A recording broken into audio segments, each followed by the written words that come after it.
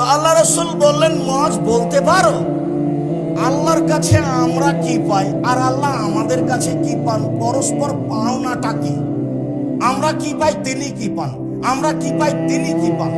তো মুআজ রাদিয়াল্লাহু তাআলা বলছেন, আমি জানি না, আল্লাহ এবং আল্লাহ রাসূল ভালো জানেন, এটা আমি বলতে পারছি না।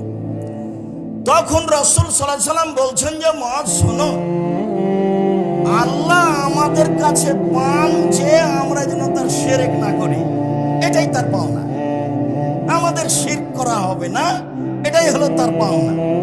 আর আমরা তার কাছে পাই যে তিনি আমাদের শাস্তি দিবেন না, উনি আমাদেরকে শাস্তি দিতে পাবেন না।